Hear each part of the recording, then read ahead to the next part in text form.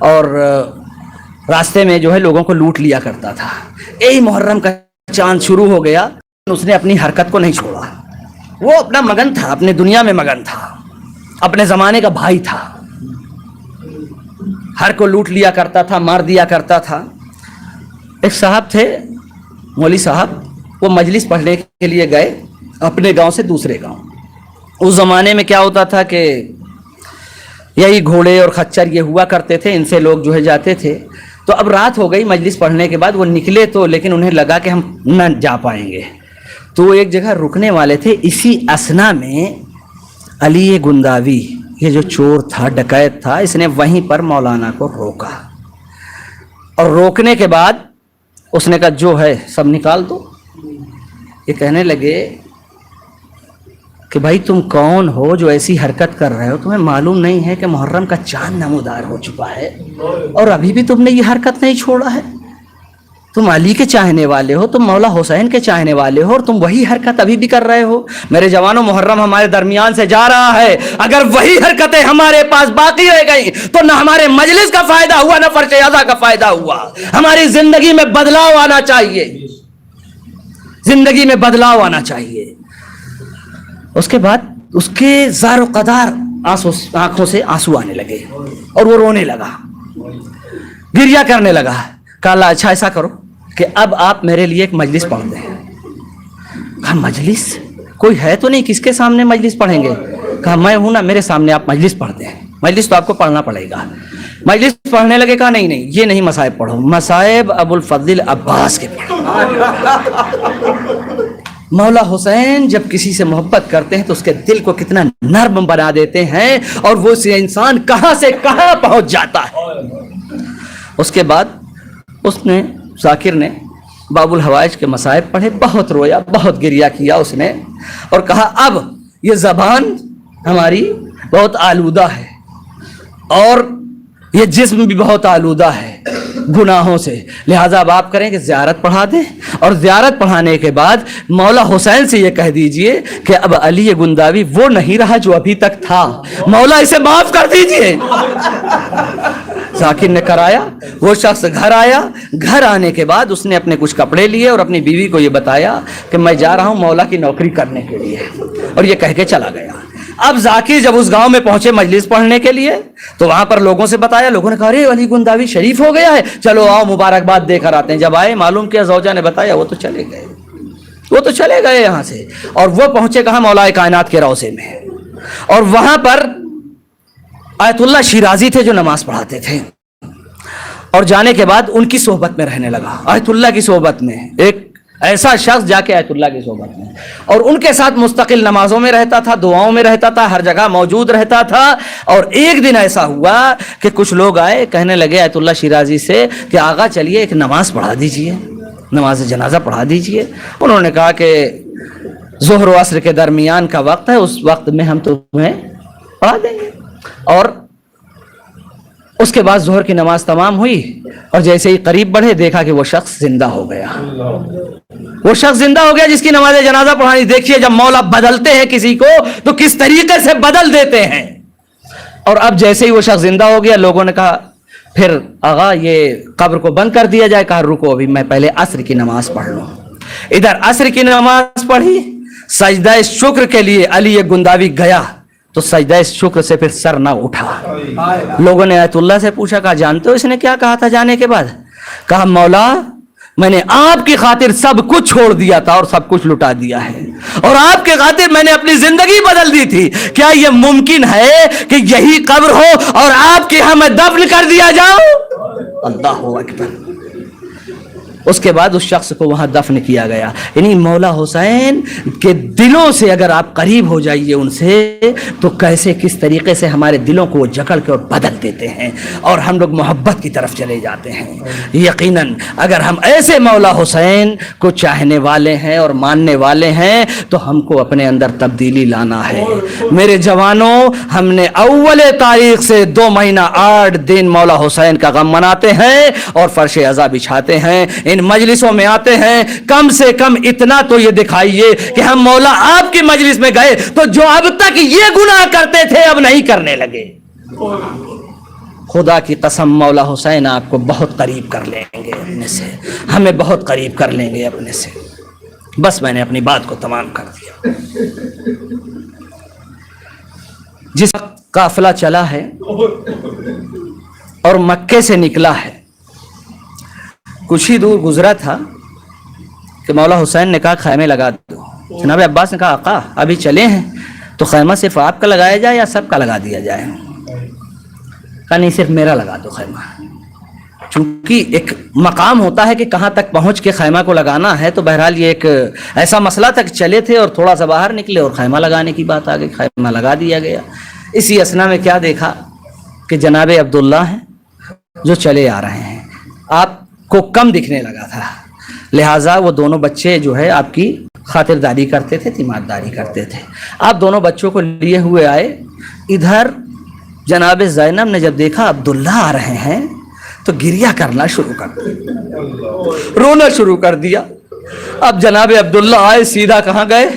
مولا حسین کے پاس۔ آقا سلام کے بعد آقا اجازت ہے کہ میں شہزادی سے ملاقات کر لوں؟ عبداللہ تمہاری بیوی ہے، کیوں؟ جاؤ جاؤ کے ملاقات کر لو۔ ادھر جیسے ہی آئے ہیں شہزادی زینب رونے لگی، کہنے لگے عبداللہ آئے تو ہو لیکن جانے کے لیے نہ کہنا، ورنہ عبداللہ یہ زینب یہی مر جائے گی اور شوہر کی نافرمانی بھی نہیں کر سکتی ہے۔ اے شہزادی ہم اس لیے نہیں آئے کہ تمہیں لے کے جائے، اے شہزادی ہم اس لیے آئے ہیں کہ یہ دونوں بچے بھی لیتے جاؤ، جب ہمارے آقا پر وقت پڑے گا تو ایک کو میری طرف سے ایک کو اپنی طرف سے قربان کر دینا۔ اجرکم علی اللہ۔ مولا ابو الفضل عباس کے مصائب کے دو چار فقرے انشاءاللہ اور آپ کی زحمت تمام۔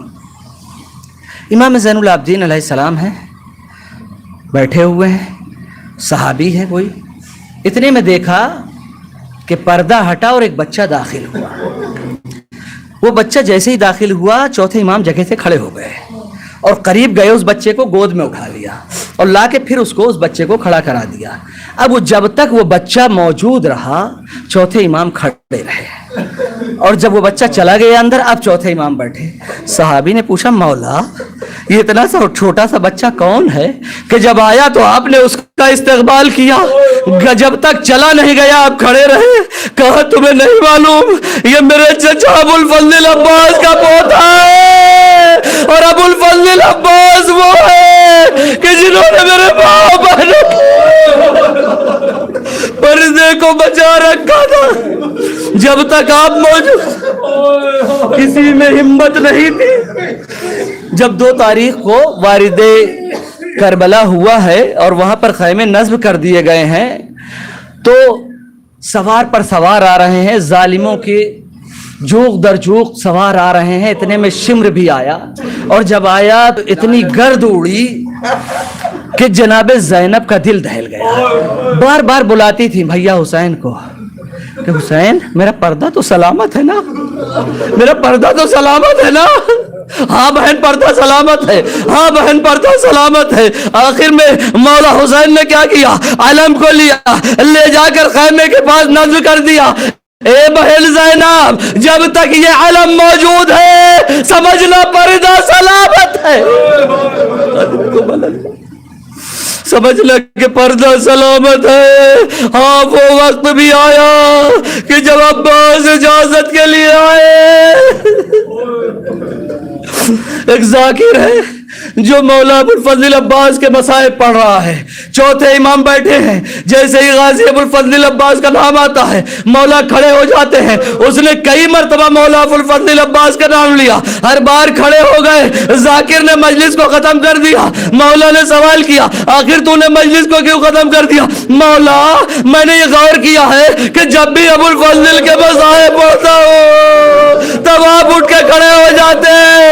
اے ذاکر جب تک میرا چچا موجود تھا دشمنوں کی ہمت نہیں تھی کہ خیام حسینی میں داخل ہو جائے۔ اے ذاکر اگر تو قیامت تک اسی طرح میرے چچا کا نام لیتا رہتا اسی طریقے سے میں ہر بار کھڑا ہوتا رہتا. اجرکم علی اللہ اجرکم علی اللہ. خدا آپ کو کسی غم میں نہ رلائے سوائے غم مظلوم کربلا کے. ہاں وہ موقع بھی آیا جب ابو الفضل عباس رخصت ہونے کے لیے آئے اور خیمے میں آنے کے بعد اب بیویوں سے جب اجازت چاہی تو ایک مرتبہ زینب نے بیویوں کو اکٹھا کیا, عباس کو درمیان میں لیا.